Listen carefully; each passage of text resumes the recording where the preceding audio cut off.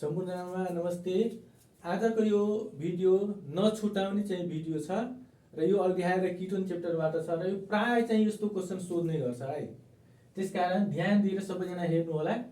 यहाँ के छ, an aliphatic compound A reacts with SOCl2। यो पहिला क्वेशन बुझ्नु पर्यो। क्वेशन बुझेपछि आफै सोलुसन आधा सोलुसन चाहिँ भइहाल्छ। यो SOCl2 को नाम के हो, थायोनाइल क्लोराइड है। यसलाई हामी एसँग थायोनाइल क्लोराइडलाई रिएक्सन गराइदियो भने बी दिन्छ। अब बी अन डिहाइड्रोहालोजिनेसन गर्दाखेरि सी दिन्छ। अब compound C on ozonolysis gives mixture of ethanal and methanal. अब हाम्रो यो चाहिँ अल्कोहललाई हामी थायोनाइल क्लोराइडसँग रिएक्सन गराइदियो भने हामीले के पाउँछौँ त, हेलो अल्केन पाउँछौँ, तर यहाँनिर क्लोरो अल्केन पाउँछौँ है।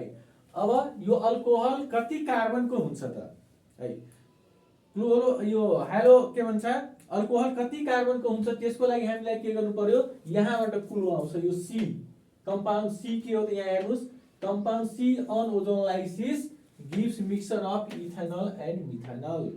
त यो अल्डिहाइडको प्रिपरेसनमा पढाएको छु। इथेनल र मिथेनल भनेको प्रोपिनलाई भनेको अल्किनमा पनि यहाँ दुईटा कार्बन भनेपछि इथेनल भनेको दुईटा कार्बन भएको, मिथेनल भनेको एउटा कार्बन भएको है। त अब 2 र 1 तीनवटा कार्बन भएको अल्किन, जस्तो यहाँ हामी लिएका छौँ according to question compound C is propyne है, प्रोपिन हो। यहाँ यो प्रोपिनलाई देखाएको छ, यसको नाम छ हेर्नुहोस् तपाईहरु प्रोपिन, यसको नाम छ प्रोपिन। अब यो प्रोपिनलाई हामी ओजोनसँग रिएक्सन गरायो भने पहिला ओजोनाइड बन्छ।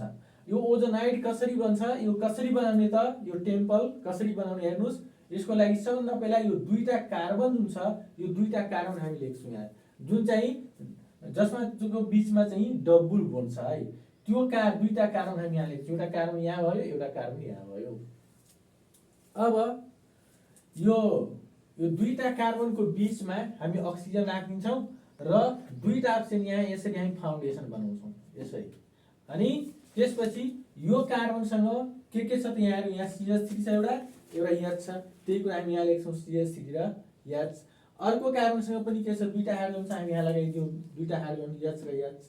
अब यो जुन कम्पाउन्ड बन्यो यो भयो ओजोनाइड है, एक किसिमको एडिसनल कम्पाउन्ड हो, यसलाई हामी ओजोनाइड भन्छौँ। अब यदि यसलाई हामी हाइड्रोलाइसिस गरिदियौँ जिंक र H2 को उपस्थितिमा भने यहाँबाट हेर्नुस्, यो यहाँबाट यसरी ब्रेक गर्दाखेरि CH3 CHO, यहाँ हेर्नु CH3 CHO इथेनल बनिहाल्यो।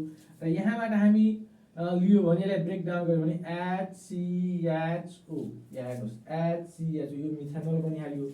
अब यो इथेनल र मिथेनल त बनिहाल्यो। अब यो अक्सिजन कहाँ जाने हो त, अब तपाईहरुलाई शंका लाग्ला। यो अक्सिजन चाहिँ के हुन्छ, यो H2O सँग गएपछि यहाँ हाम्रो साइड प्रोडक्ट यहाँ के बनिहाल्छ त, हामीले माइनस गरेर पनि लेख्न सक्छौँ। साइड प्रोडक्ट हाम्रो बनिहाल्छ के त भन्दाखेरि H2O2, यो बनिहाल्छ H2O2 बनिहाल्छ। अब हेर्नुस्, अब यसपछि चाहिँ के भन्छ भने हाम्रो क्वेशनले if A is alcohol which response iodoform test. तब कस्तो अल्कोहल हो, हामीले त भन्यौँ ये चाहिँ अल्कोहल छ, किनभने अल्कोहलले थायोनाइल क्लोराइडसँग रिएक्सन गराउँदाखेरि क्लोरो अल्केन दिन्छ। अब यो ए चाहिँ कुन अल्कोहल हो त, यहाँ यसबाट हामी यो इन्डिकेसन यहाँ दिएको छ आयोडोफर्म टेस्ट दिन्छ। त आयोडोफर्म टेस्ट चाहिँ सेकेन्डरी अल्कोहलले दिन्छ है। त सेकेन्डरी अल्कोहल, अब कम्पाउन्ड ए हाम्रो चाहिँ के हुने भयो, सेकेन्डरी अल्कोहल भयो। तर कतिवटा कारण भएको, 3वटा कारण भएको। यहाँ हेर्नुस्, यहाँ के कम्पाउन्ड ए इज प्रोपेनोल, तर यहाँ वास्तवमा के हो, यो सेकेन्डरी अल्कोहल हो र यो वास्तवमा के, यसको नाम के हुन जान्छ, प्रोपेन-2-ओल। यसको नाम हुन जान्छ प्रोपेन-2-ओल। हेर्नुस् है, यसको नाम चाहिँ हुन जान्छ, यो ए को नाम छ प्रोपेन-2-ओल, प्रोपेन-2-ओल चाहिँ यसको नाम हुन जान्छ। अब यो थायोनाइल क्लोराइडसँग रिएक्सन गराउँदाखेरि यसले चाहिँ यहाँ हेर्नुस्, जहाँ चाहिँ OH छ त्यहाँ यो OH को सब्स्टिट्युटमा यो OH लाई यो क्लोरिनेटरमा सब्स्टिट्युट गरिदिन्छ।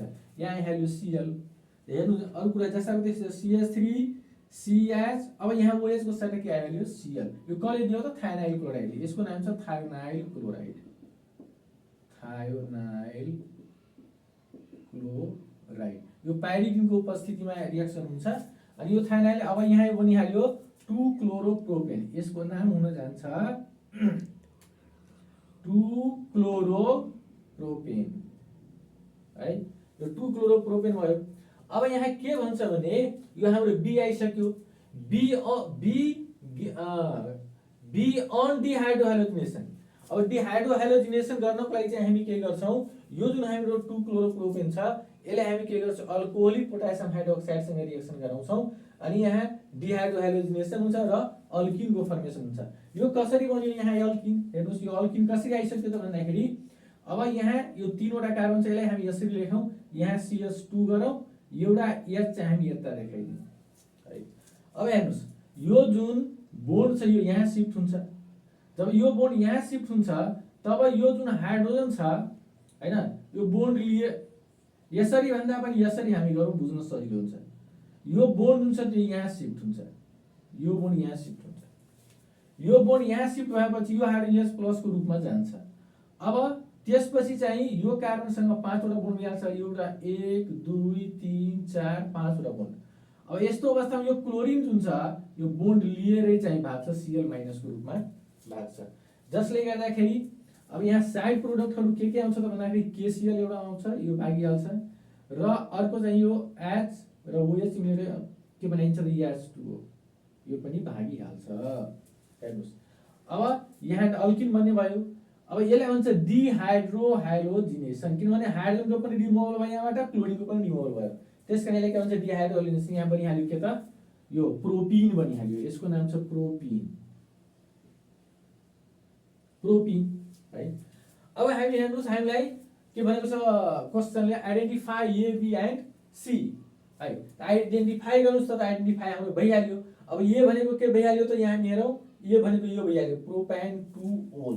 त हामी यसलाई यसरी पनि लेख्न सक्छौं, यहाँ A इक्वल टु भइहाल्यो CH3 CH अनि CH3 है। यसको नाम छ प्रोपेन 2-ओल। ये हामीलाई थाहा भइहाल्यो प्रोपेन 2-ओल हो। अब त्यसपछि भन्छ के बी के हो त भन्दाखेरि बी यही हो। यहाँ हेर्नुस् यो बी भनेको के भइहाल्यो 2-क्लोरोप्रोपेन। त बी इक्वल टु भइहाल्यो CH3 CH Cl अनि CH3। यो भनेको बी भइहाल्यो जसको नाम छ 2-क्लोरोप्रोपेन। यसको नाम छ 2-क्लोरोप्रोपेन, यो नाम छ 2-क्लोरोप्रोपेन छ है। यो हो छ 2-क्लोरोप्रोपेन। त्यस्तै सी भनेको के हो त सी हामीलाई यहाँ थाहा भइसकेको छ, यो हाम्रो सी हो है, यो सी छ है। त सी यहाँ पनि हामी देखाउन सक्छौं, यो पनि सी छ, यो प्रोपिन हो। त सी इक्वल टु भइहाल्यो CH3 CH double bond CH2 जसको नाम रहेको छ प्रोपिन। ल अब हेर्नुस् अब यसपछि यहाँ लास्टमा के भनेको छ भने what product would you expect, तपाई चाहिँ कुन प्रोडक्ट चाहिँ बनाउनुहुन्छ when compound B is heated with H2 nickel. अब कम्पाउन्ड बी भनेको हामीले के हो तपाईहरुको आँखाको सामने छ, कम्पाउन्ड बी भनेको यो हो 2-क्लोरोप्रोपेन। अब यो 2-क्लोरोप्रोपेनलाई चाहिँ हामी के गरे H2 निकेलसँग रिएक्सन गराउँदाखेरि यो चाहिँ के हुने त यहाँ यसको रिडक्सन हुने भयो। रिडक्सन भनेको हाइड्रोजनको एडिसन हो। हाइड्रोजनको एडिसन अब जस्तै यहाँ हेरौँ, अब यो Cl लाई चाहिँ के गर्छ, एउटा यो Cl लाई चाहिँ एउटा हाइड्रोजन यसबाट यहाँ आउँछ, त यहाँ CH3 यो भइहाल्छ CH2। त हेर्नु CH3 CH2 यो CH3 आउँछ, जस्ताको त्यस्तै छ CH3 है। अब यो एउटा हाइड्रोजन र एउटा क्लोरिन मिलेर HCl बनाइन्छ जुन चाहिँ गइहाल्छ। र यहाँ बनिहाल्यो के त प्रोपेन। त हाम्रो क्वेशनले मागेको सारा कुरा यहाँ आइसक्यो। ए भने एबीसीडी लाई आइडेन्टिफाई गर्नु छ, एबीसी आइसक्यो र लास्टमा चाहिँ ए लाई यो ए हो कि बी हो, बी हो। बी लाई चाहिँ रिडक्सन गरेर के भन्छ त भन्दाखेरि अल्केन भन्छ र 3टा कार्बन भएको अल्केन भन्छ। त यसको नाम चाहिँ के भइहाल्छ प्रोपेन है।